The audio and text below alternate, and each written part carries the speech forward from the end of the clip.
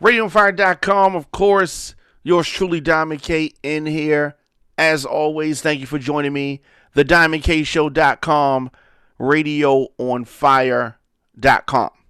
And we talk to America through our digital broadcasts and social media content. We are a rising multimedia platform generating over 350,000 views per month through our audio and video streams from politics, breaking news, celebrity info, sports talk, pop culture, and more. Radio on Fire keeps our audience covered. So, with that being said, let's dive into the second night of the RNC, the Republican National Convention, and the lies, the mistruths, the misleading statements that came out of this evening were not a surprise. But the fact that the American people continue to sit by, while the Republicans allow this type of propaganda on the airways, it is a bit ridiculous. The First Lady, Melania Trump, expressed sympathy for the families affected by COVID-19. But listening to some of the other speakers, you would think that the COVID-19 pandemic was over. The invisible enemy, as she called it, is something that she says has challenged America, but has brought its citizens together. I disagree with that statement. If anything, it has shown the difference of people in the Trump cult and other normal Americans. Her primetime address last night, she said that she had been moved in the way Americans have come together in such an unfamiliar and frightening situation. She said that Donald Trump will not rest until he has done all he can do to stem the invisible enemy of the coronavirus outbreak. There's a lot more that he could have done, a lot more. She also talked about the beautiful side of humanity. And, we're going to need a fact check.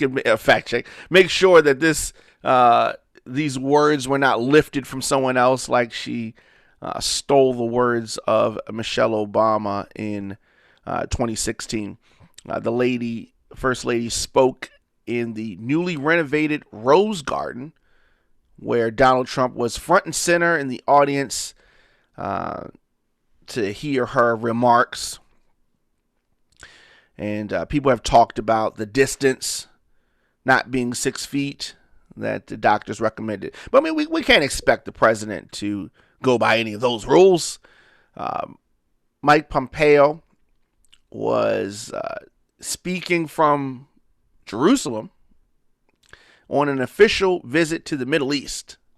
And he definitely, justifiably, has been condemned for an inappropriate breach of decades of diplomatic precedent. Now, I want the Republicans to understand this. A lot of things that you're doing, Democrats are going to follow the lead and do some of these things. If you are throwing the rule of law, if you are throwing,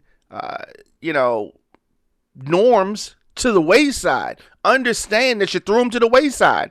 And a lot of the things that they are complaining about now, that Democrats are complaining about now, some of these things they're going to use against you. I want them to remember this. Have a good memory, because this stuff is going to come back up again. The venues, the way the audience is set up, that is extraordinary, problematic even. But the words that Pompeo said would not be out of place considering the way that he normally speaks, whether he's at home or abroad, pretty much. There were lies in there, as normal. He talked about the successes of Trump's quote-unquote America First foreign policy against Russia, Right. Against China and Iran. He said that they made his family and all Americans safer. That remains to be seen. What he has done is enrich himself and his family. He's done that. And ironically, this is something that other speakers spoke and tried to say that Biden does. I definitely will acknowledge that a lot of politicians do this, but to the degree and the level that the Trump family is doing it, this is definitely something that we have not seen before. And Trump likes to often talk about something the likes of which we've never seen before, the likes of which he is pillaging the government funds is like we've never seen before. Pompeo spoke about the defeat of the Islamic State physical caliphate, Trump's pro-Israel agenda, and the president's determined vigilance to guard against predatory aggression. And he's referring to the Chinese Communist Party. Also, in another disturbing presentation, the Kentucky Republican Attorney General Cameron says that black voters are not monolithic, as Joe Biden once implied, he said. And he urged others to join him in supporting Donald Trump. So Cameron is Kentucky's first black attorney general. And he said directly in the camera in his appeal to black voters voting Republican, he said, "Mr. Vice President, look at me. I'm black. We are not the same, sir. I am not in chains. My mind is my own. And you can't tell me how to vote because of the color of my skin." So because the policies, and this is the propaganda, because the policies of Republicans have historically hurt black Americans, they have been voting for Democrats. That is why.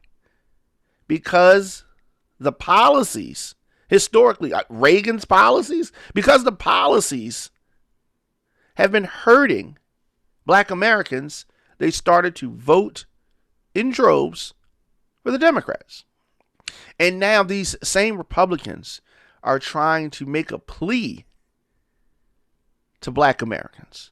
And they're using the try something different, what about this, as a way when Republicans have done nothing but try to hurt black Americans. And whatever Democrats were elected, the Republicans did their best to put their thumb on their on the scale, the foot on their throat, and hurt them. And now these same Republicans are trying to act like, oh my gosh, try us. We just came along day before yesterday. We don't have a history of being bad. And they have to go back to Lincoln, as far back as Lincoln. Whenever they start talking about the good Republicans, they got to go back to Lincoln. We're the good Republicans in the last 100-some years, right? And they don't exist for the most part, as far as championing black people.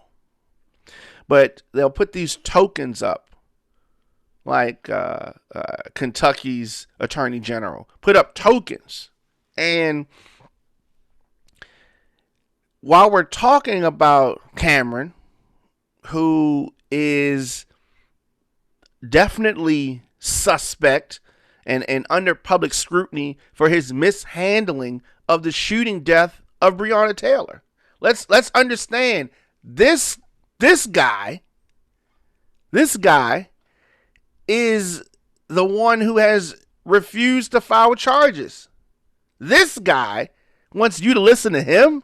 This is the one that we're supposed to listen to. He mentioned Breonna Taylor briefly, but not in terms of the outcry over black deaths at the hands of the police that has fueled months of demonstrations, marches, and some violence. He said this: "It was Dwight Eisenhower, a future Republican president, who said, Democracy is a system that recognizes the equality of humans before the law. Cameron said that whether you are the family of Breonna Taylor or David Dorn, these are the ideals that will heal our nation's wounds.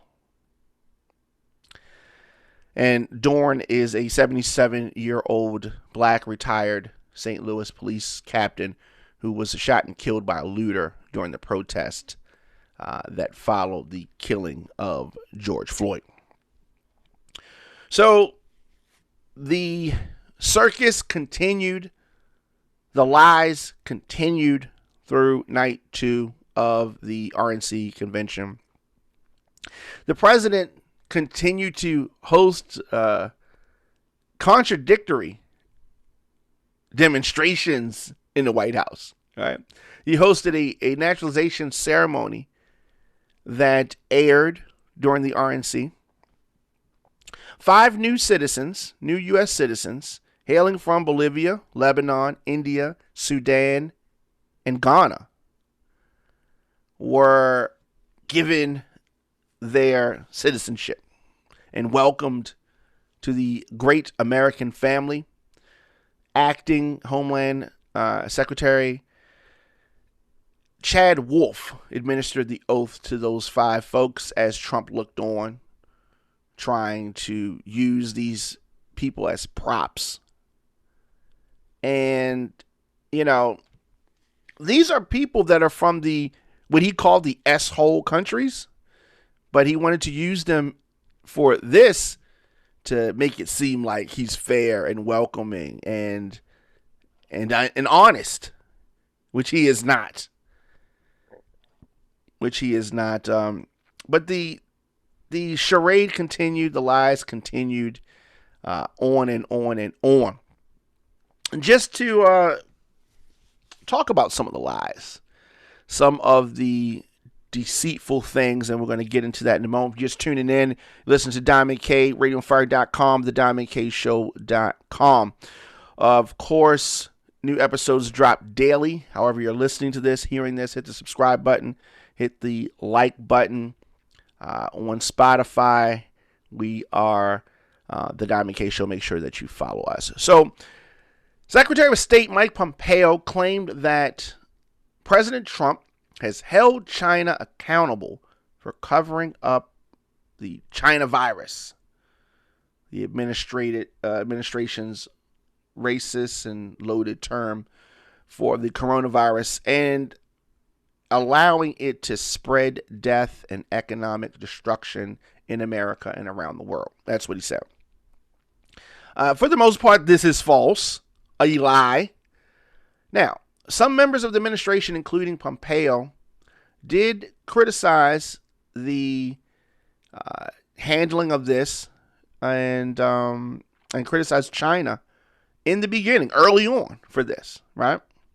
Trump, however, has repeatedly praised China and Xi Jinping, the leader of China, in the beginning, repeatedly.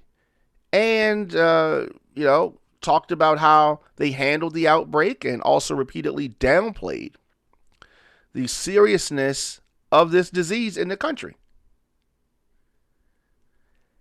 Whether it was live, whether it was on Twitter, and in other comments, he consistently downplayed it. That's just how he is. So like I said, lies, there were many. Some other ones,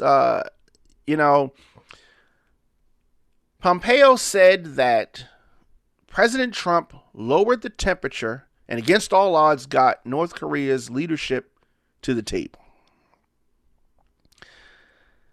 No nuclear tests, no long-range missile tests, and Americans held captive in North Korea came home to their families, as did the precious remains of scores of our Korean War heroes.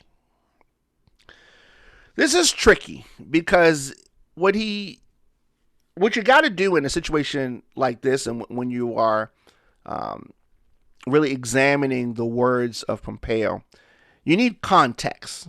This lacked context. Now, Trump did meet twice with Kim Jong-un. They were uneventful. It was little progress. North Korea launched a number of projectiles earlier this year. It is not known if there has been nuclear tests inside Korea since September of 2017. But it's misleading. So, yes, there were people that were returned home. There were the remains of Korean war heroes returned. So that part is true. But like I said, context is key there. Another lie that is often told and was told tonight in day 2 of the RNC was by Eric Trump. And they had the audacity during the same broadcast, to say that Biden, nepotism, and Biden was responsible for some of these things. But yet we're going to see and have seen family members of the president speak every night. And you're going to continue to see that. Speeches, not just little video clips, speeches, right? Eric Trump said that his father's accomplishments with regards to Biden, Biden has pledged to defund the police. This is not true. This is a lie, okay? Biden has expressed no support for defunding the police. Now, Biden published a criminal justice plan which called for $300 million investment into community policing efforts, including hiring more officers. Okay. Back in June, he said that, no, I don't support defunding the police. I support conditioning federal aid to police based on whether or not they meet certain basic standards of decency. In fact, are able to demonstrate that they can protect the community and everybody in the community.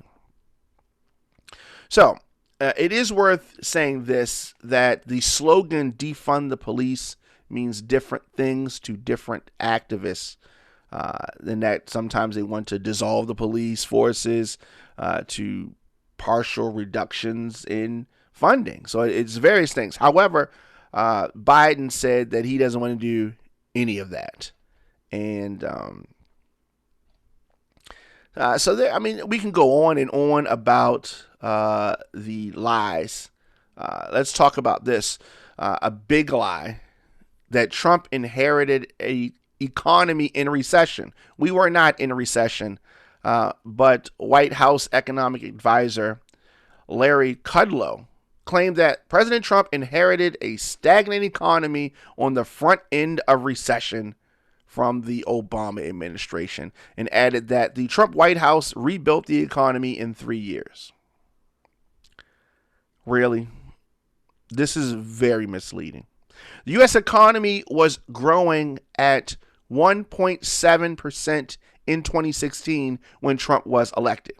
It continued to grow after he took office, especially after the 2017 tax cuts.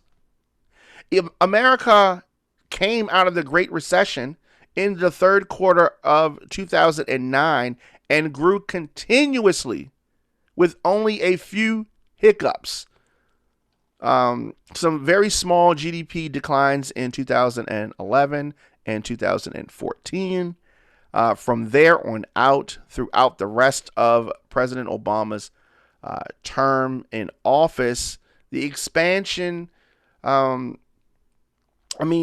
was a fear of a shutdown, if you remember that.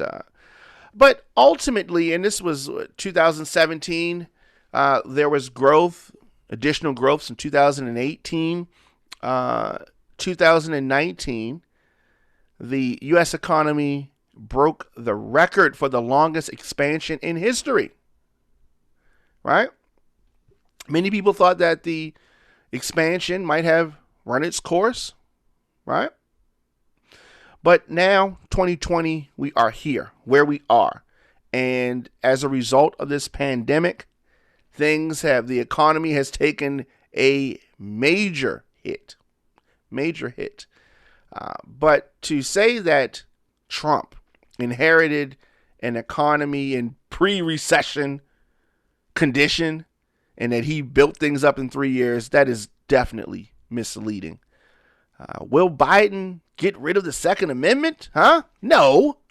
In his address, Eric Trump claimed that the former Vice President Joe Biden has pledged to remove the Second Amendment.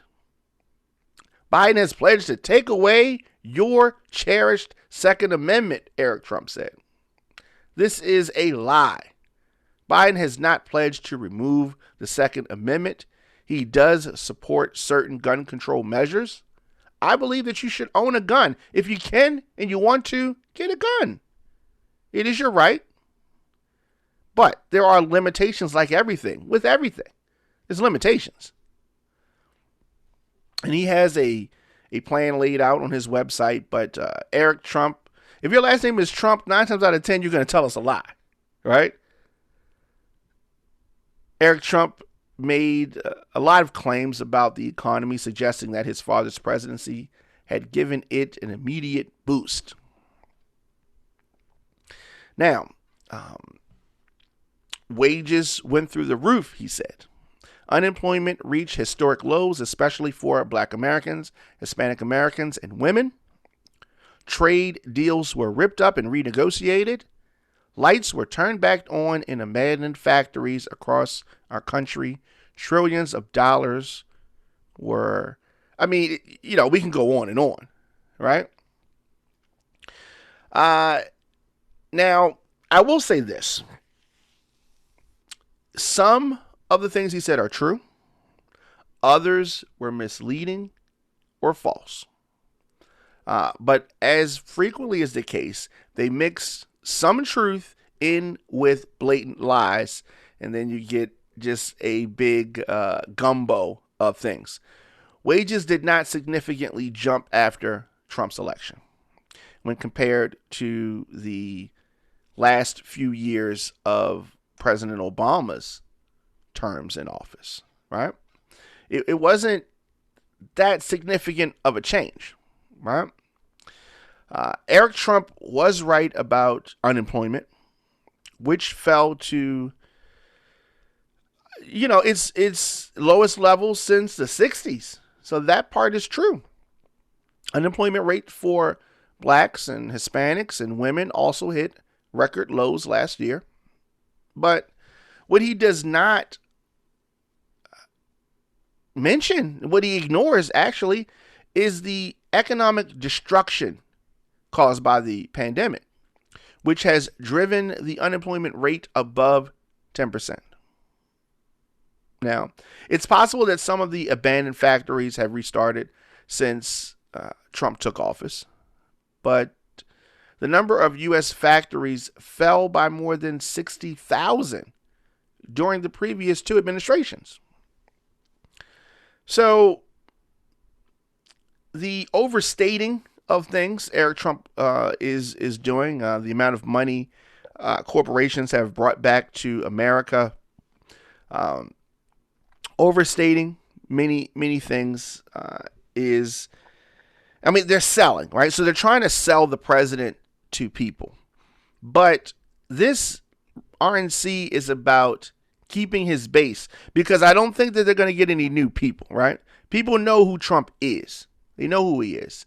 And moreover, the pandemic, the economic impact of this pandemic is not something that you can just brush under the rug. It is something that millions and millions of people are feeling. As we inch closer to 180,000 deaths, millions of people unemployed, the speakers of the RNC trying to convince Americans that everything is fine, that Trump has everything under control, that's only going to work for the sheep.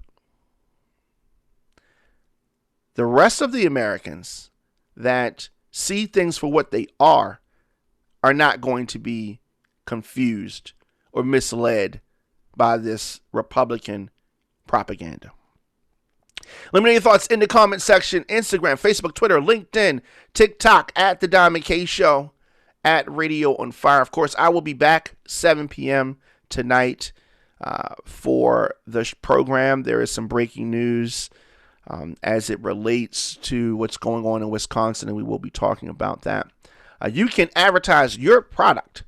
Connect your message with our engaged audience of over 350,000 listeners and viewers per month. RadioonFire.com/advertise is where you go to get started. You can also follow The Diamond K Show on Spotify or your favorite podcast network. New shows drop daily. Radio on Fire, TheDiamondKShow.com. You can always support the program via Cash App, $DJ Diamond K. Of course, your donations help us continue to do what we do here on the program. The Diamond K Show brings you independent news, progressive opinion on politics, social issues, and entertainment. For any booking info or media request, djdiamondk@gmail.com is how you reach me. Until next time, if you see it, then you can be it. It is all about having a vision. My name is Diamond K. Salute you. Thanks for listening. Thanks for tuning in. Thanks for watching. I will see you guys next time.